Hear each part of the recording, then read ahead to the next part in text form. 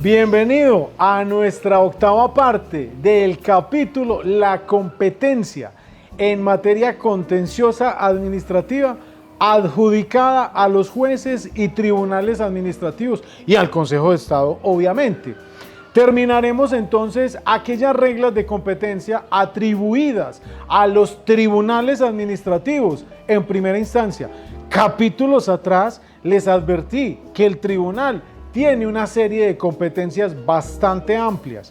De hecho, en este diplomado hemos dedicado varios capítulos solo a estudiar la competencia del tribunal, tanto en única como en primera instancia. Veamos entonces cómo estas últimas reglas del artículo 152 del CEPACA nos dice que el numeral 15 existen unas reglas de cuándo podemos acudir al juez, al tribunal administrativo en primera instancia en lo relativo a la reparación de perjuicios de un grupo, la famosa acción de grupo. Y la acción de grupo, esos perjuicios causados a un grupo, dice el numeral 15, del medio de control de perjuicios causados a un grupo cuando la cuantía excede de 1.000 salarios mínimos. Y si el daño proviene de un acto administrativo de carácter particular, siempre y cuando la cuantía exceda de 500 salarios mínimos. Aquí entonces nos está dando dos reglas. Podemos perseguir la acción de grupo ante el tribunal en primera instancia en dos casos.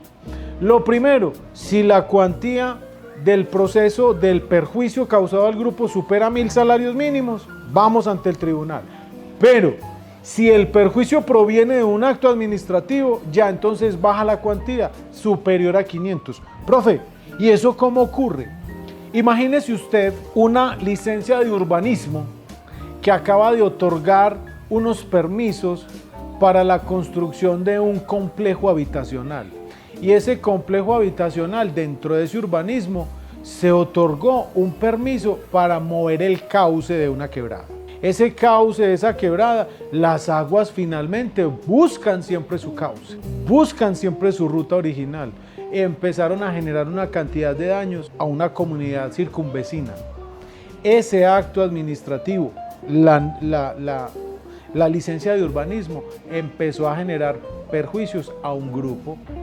¿De dónde proviene el perjuicio? De ese acto administrativo. A eso se refiere.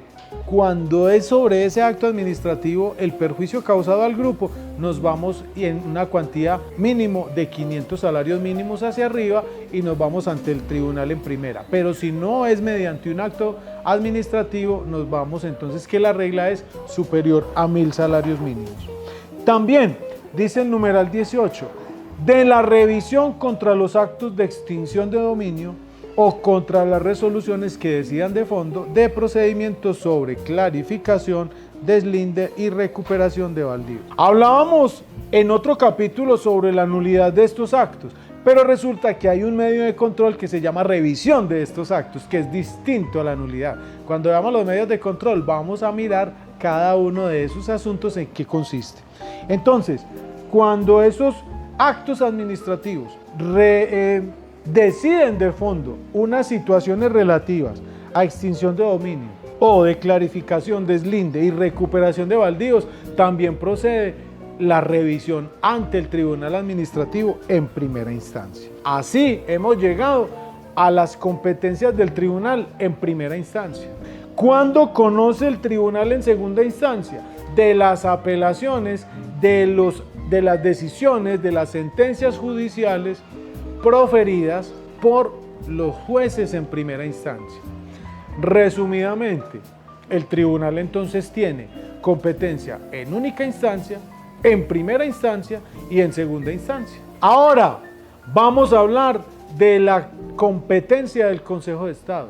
Vamos a ver en qué casos conoce en única, en qué casos conoce en primera instancia con garantía de doble conformidad. Vamos a ver todas esas reglas. El 149 del CEPACA señala cuáles son las reglas de competencia en única instancia para los actos que son susceptibles de llevar ante el Consejo de Estado. Y voy a leer el 149, si usted tiene la norma, vámonos juntos en la lectura, porque el artículo primero me dice el Consejo de Estado en sala plena, óigase bien, de lo contencioso administrativo. Recuerden que una cosa es la sala plena del Consejo de Estado y otra cosa es la sala plena de lo contencioso administrativo. Por allá, en capítulos anteriores, le hablaba de que la sala plena la conforman 31 magistrados y que la sala plena de lo contencioso administrativo la conforman 27 magistrados y a su vez esta se subdivide en secciones y subsecciones. Es esta a la que se refiere el artículo 149. En sala plena de lo contencioso administrativo, por intermedio de secciones, subsecciones o salas especializadas, con arreglo a la distribución de trabajo que el reglamento disponga. ¿Cuál reglamento, profe? Acuerdo 080 de 2019. Conocerá en única instancia de los siguientes asuntos: nulidad de actos administrativos expedidos por autoridades del orden nacional o por personas de derecho privado que cumplan funciones administrativas en el mismo orden, salvo que se trate de actos de certificación o registro respecto de los cuales la competencia está radicada en tribunales en primera instancia. ¿Qué quiere decir esto? Que nos vamos a ir a la nulidad de actos administrativos que tengan que ver con decisiones de entidades nacionales y de particulares que cumplan funciones públicas, siempre y cuando esos actos administrativos no sean ni de certificación ni de registro, porque estarán atribuidos a los tribunales en primera instancia, de acuerdo a las reglas que ya vimos en capítulos anteriores. Dice el numeral, el 149, numeral 6, me habla de la nulidad de los actos de nombramiento, de representantes legales de las entidades del orden nacional. Numeral 5. Es decir, hemos nombrado a un gerente de una entidad del orden nacional, por ejemplo, INCODER, por ejemplo, INVIMA, por ejemplo, Departamento Administrativo de la Función Pública. Estas entidades del orden nacional, el nombramiento será susceptible de llevarlo ante el Consejo de Estado en nulidad electoral hasta en proceso de única instancia. También de los actos que se promueven contra la nacionalidad, actos administrativos que declararon la nacionalidad de un extranjero, podemos demandarlo ante el Consejo de Estado en única instancia. El numeral 7 me habla del recurso de anulación de contralaudos arbitrales proferidos en conflictos que han sido originados en contratos celebrados por una entidad pública por las causales y dentro del término prescrito en las normas que rigen la materia. Dicho de otro modo, cuando se profiere un laudo arbitral en contra de una entidad estatal, profiere el recurso de anulación. Se puede presentar recurso de anulación y va a conocer el Consejo de Estado en única instancia. ¿Qué más nulidades nosotros encontramos en única instancia? Ojo a las nulidades electorales. Volvemos a las nulidades electorales. Miremos la nulidad que está en el numeral 3. Nulidad del acto de elección o llamamiento a ocupar la curul. Queda claro, en capítulos anteriores hemos hablado de estas nulidades. Del presidente y del vicepresidente de la República. De los senadores, de los representantes a la Cámara, de los representantes al Parlamento andino. La Comunidad Andina de Naciones tiene un sistema parlamentario donde cada país nombra unos delegados. Cada estado de los que hacen parte de la CAN, Comunidad Andina de Naciones, nombra uno de sus congresistas para que haga parte de este cuerpo congresional regional. El nombramiento de estas personas también es susceptible de nulidad electoral en única instancia ante el Consejo de Estado. Del gobernador en única instancia.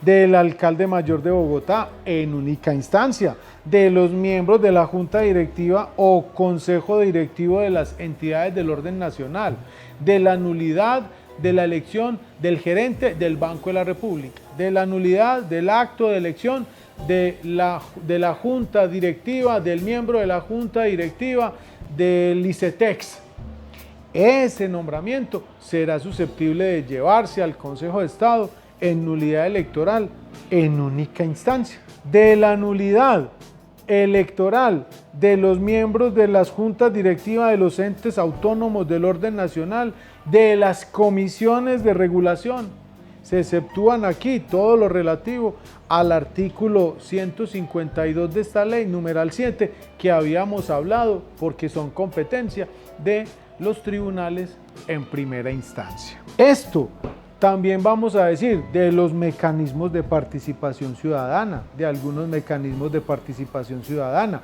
¿Cuál es? El numeral 2 me está diciendo de lo relativo al referendo, al plebiscito y a la consulta popular del orden nacional. Así entonces vemos cómo en única instancia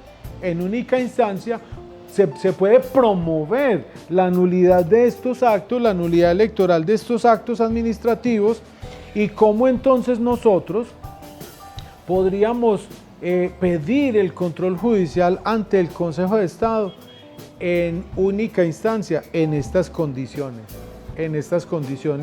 que están establecidas en el 149A, salvo lo dispuesto en el 152 numeral 7 literal A, relativo a esas causales que vimos de nulidad electoral en ese momento. También vamos nosotros a verificar la nulidad electoral de los actos de elección, ya dijimos, de los congresistas, pero también de los magistrados de las altas cortes, del nombramiento del vicecontralor, del viceprocurador, del vicefiscal, del vicedefensor, del representante legal de los consejos directivos de entidades nacionales, de entes autónomos, de comisiones de regulación, como lo acabamos de ver. Todos esos nombramientos serán susceptibles de nulidad electoral en única instancia ante el Consejo de Estado. ¡Ojo! ¡Ojo con esto! Habrá solo un único caso donde no conocerá ni el Consejo de Estado, ni los tribunales y mucho menos los jueces una nulidad electoral. Es decir, el juez contencioso, que es el juez privativo de la nulidad electoral, solo no conocerá de la nulidad electoral, ojo, solo no conocerá de la nulidad electoral de todas las elecciones o de las postulaciones que haga el Consejo de Estado. En ese caso, conocerá la Corte Suprema de Justicia.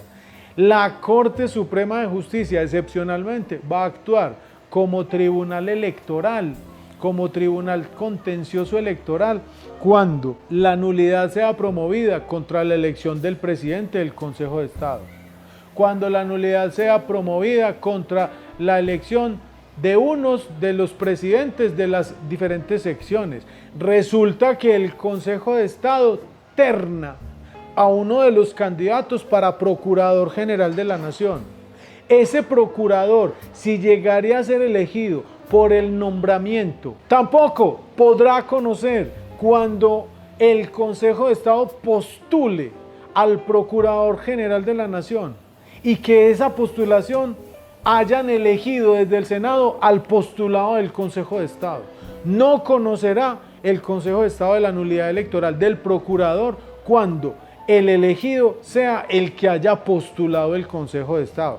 El Consejo de Estado elige al Auditor General de la Nación. Ese Auditor General, su nominación, su postulación, su elección, su nombramiento será susceptible de ser vigilado judicialmente en sede contenciosa, pero ya no ante el Consejo de Estado, sino ante la Corte Suprema de Justicia. El Consejo de Estado va a conocer en segunda instancia de todos los asuntos relativos a las apelaciones de las sentencias y de los autos que provengan de los tribunales administrativos, así como el recurso de queja que está en el 245 del CEPACA y que lo vamos a estudiar en su momento.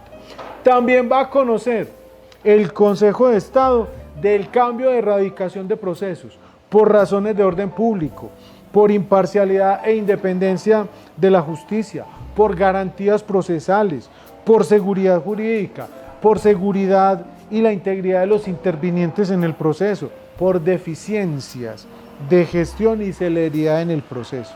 En este último caso, requiere el visto bueno de la Sala Administrativa del Consejo Superior de la Judicatura. El Consejo de Estado entonces tiene esa competencia en única instancia y en doble instancia. Ahora, vamos a ver en qué consiste esa garantía de doble conformidad, que ha sido una figura que nosotros hemos tratado de entender y que a veces suele generar unas complejidades para la comunidad del derecho. Lo primero es que la garantía de doble conformidad procede contra procesos de única instancia, y que si el afectado es el sancionado o el afectado, como es una garantía pro homine, entonces ya no le dimos doble instancia, sino garantía de doble conformidad.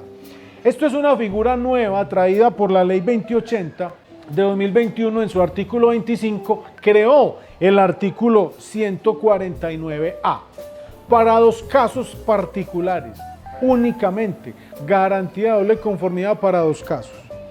Cuando se va a promover la demanda de repetición en contra de altos dignatarios del Estado. ¿Cuál es, profe? Cuando el Estado promueve la repetición contra el presidente de la República o el vicepresidente, contra los ministros o contra directores de departamento administrativo. Cuando promueve una repetición contra el procurador, el contralor, el auditor, el fiscal general y el registrador. Todos estos altos dignatarios.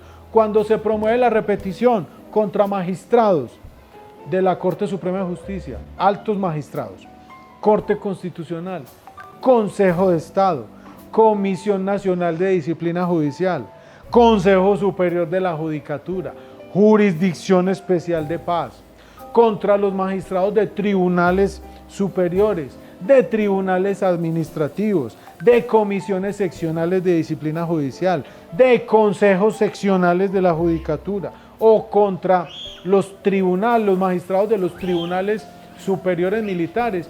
También procede la repetición con garantía de doble conformidad. Vamos a ver de qué se trata. También cuando la repetición sea contra congresistas, también cuando sea contra los delegados de la Fiscalía y de la Procuraduría ante estas autoridades judiciales mencionadas anteriormente. ¿En qué consiste esto de la doble conformidad para la repetición? Que es el numeral 1 del 149A. Numeral 1 del 149A. Consiste en que cuando una entidad es condenada a pagar unos perjuicios por la conducta dolosa o gravemente culposa de los funcionarios que acabé de mencionar, que están enlistados en el 149A, en el numeral primero, cuando la entidad pública es condenada a pagar una indemnización y se demuestra que fue por dolo o por culpa gravísima de cualquiera de estas personas, la entidad pública está obligada a promover una demanda de repetición. Esa demanda de repetición va a conocerse ante una de las subsecciones de la sección tercera, en única instancia. En única instancia, recuerden, la doble conformidad es conformidad para los procesos de única instancia. La repetición la va a conocer una de las subsecciones de la sección tercera. Decíamos por allá en capítulos anteriores que la sección tercera tiene 3 subsecciones y conformada por 9 magistrados, 3 en cada una de las subsecciones. Subsección A, B y C. Una de estas subsecciones va a conocer la demanda de repetición en contra de todos estos, cualquiera de estos aforados o cualquiera de estos altos dignatarios. Si el fallo es condenatorio en la subsección, en una de las subsecciones de la sección tercera, el fallo es condenatorio al funcionario, es decir, el fallo dice, usted tiene que pagar lo que la entidad tuvo que pagarle a esos ciudadanos indemnizados, entonces usted tiene que pagar 500 millones de pesos, se activa la garantía de doble conformidad. Dicho de otro modo, es una forma de apelación del proceso de única instancia. ¿Para qué? Para que lo conozca en garantía de doble conformidad la sala plena de la sección tercera. Es decir, de esos 9 magistrados que hacen parte de la sección tercera, ya 3 conocieron la única instancia. Los otros 6, en caso de fallo condenatorio, van a conformar sala plena.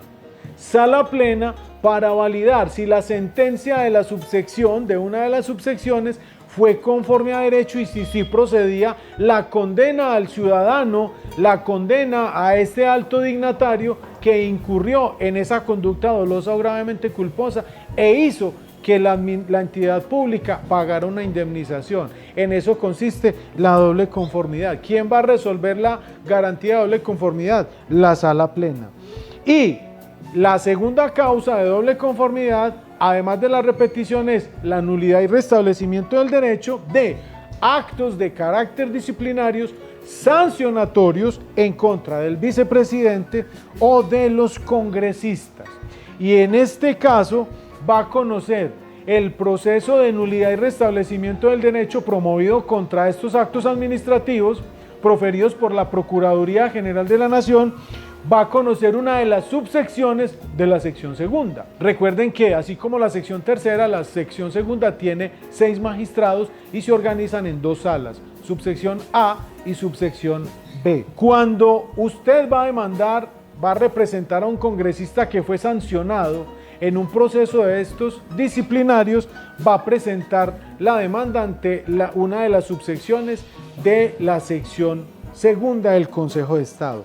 Si llegare a determinarse por esta subsección que la nulidad no procede, que el servidor público fue debidamente sancionado por la Procuraduría, se activa la garantía de doble conformidad. Es decir, se puede pedir que haya una especie de segunda instancia. ¿Ante quién? Ante la sala plena de lo contencioso administrativo, y no participarán de esa sala plena los 3 magistrados que hicieron parte de la sentencia de única instancia. Es decir, la sala plena será de 24 magistrados, menos sumándole esos 3 que conocieron de la única instancia, ahí tenemos los 27. En este caso entonces habrá una sala plena conformada por 24 magistrados. Así las cosas, hemos llegado a la competencia por razón de la función judicial. ¿Qué competencia le corresponde a cada uno de los jueces en Colombia? Quédese conectado, siga con este diplomado y vamos al próximo capítulo de la competencia de los jueces y de los magistrados en materia contenciosa en Colombia.